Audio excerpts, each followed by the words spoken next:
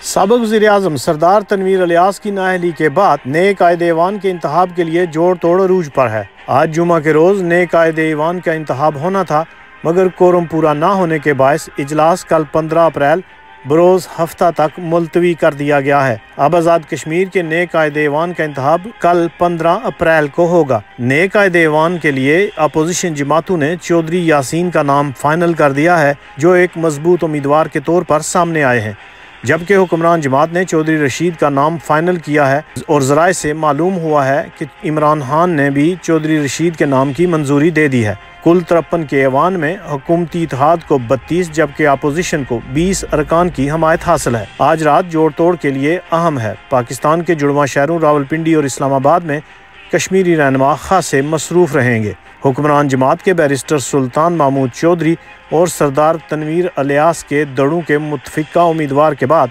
Party के अंदर बड़े पैमाने पर ब्लॉक बनना तकरीबन नामुमकिन हो चुका है, मगर अपोजिशन की जानिब से मुतफिका उम्मीदवार चौधरी यासीन, जो एक सीनियर सियासतदान हैं और खासे मालदार भी हैं, वो आज की रात जीतने के लिए अपना पूरा जोर लगाएंगे। कोरम को बुनियाद बनाकर इजलास मुलतवी करना बाजी पलट भी सकता है, मगर शहर इक़्तिदार मुज़फ़्फ़राबाद से आखिरी मालूमात ये हैं कि कल 15 अप्रैल को कायदे ऐवान के इंतखाब के लिए कांटेदार मुकाबला होगा।